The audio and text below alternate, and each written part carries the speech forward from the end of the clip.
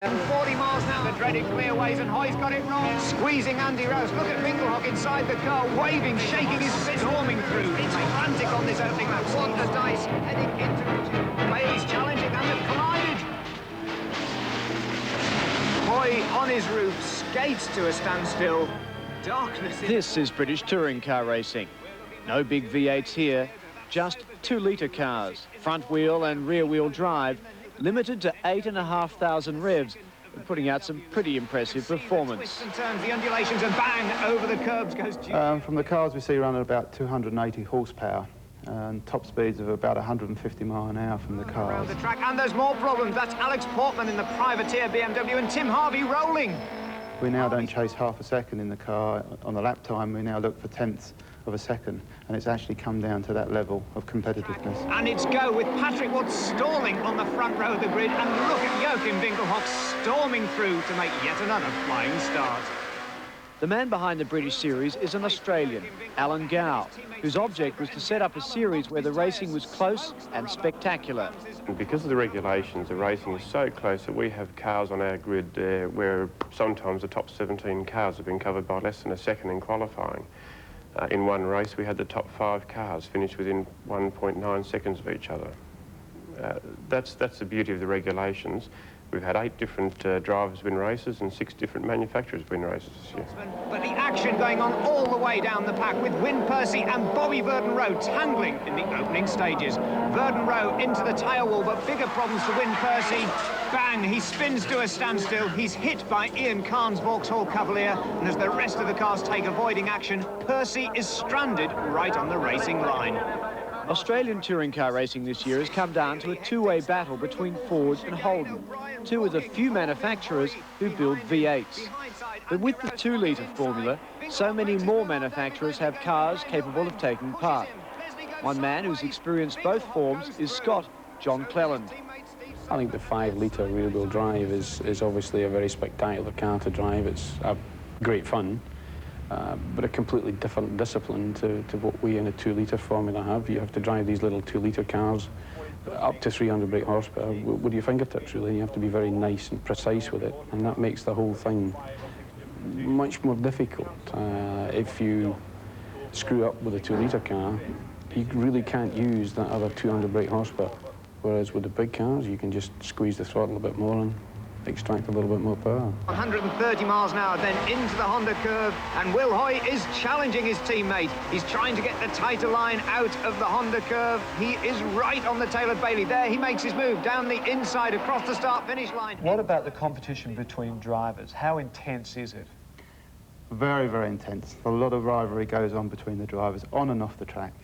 We're all great friends off the track, but once we put the crash helmet on and get out there, it's intense. There's a lot of battling goes on out there. As you've seen on the television, it's door handle to door handle stuff, and there's no quarter given in any race. There's a lot of shaking of fists and things like that too, isn't it? Yeah, little tempers do get a little bit hot under the collar out there, and a few drivers are known to shake their fist and get a little bit excited in the cars. But as I say, it's very, very close, and that's what it's been designed to do.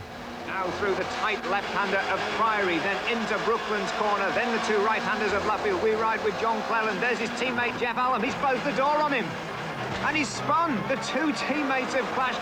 John and me have come very close this year a couple of times, even to the fact that he's actually taken me off once this year. Yeah, there's always rivalry goes on. You know, though that your teammates out there on the track, you're trying to win. And we've seen it with the Peugeot and a few other cars out there as well, that sometimes that you mistake your teammate as another competitor. And all the time, these 3 are defending their racing lines. That's allowing Joachim Winkelhock to extend his lead. But Steve Soper is determined to find a way past John Cleland.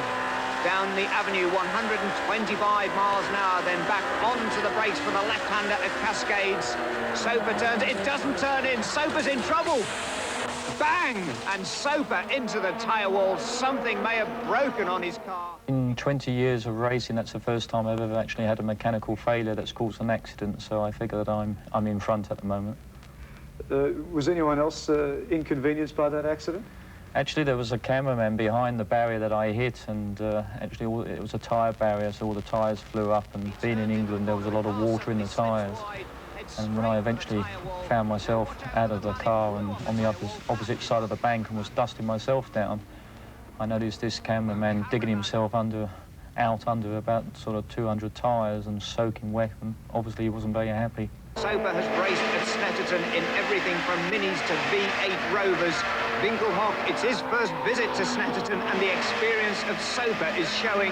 Look how he's reeling him in on the brakes into the Russell chicane.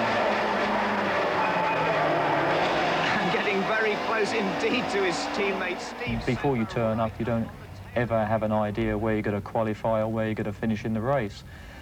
So it's a lot harder to judge your competitiveness before the start of the race.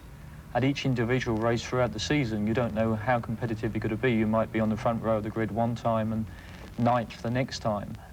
So it's very, very competitive. The more competitive it is, the more motivated as a driver I am.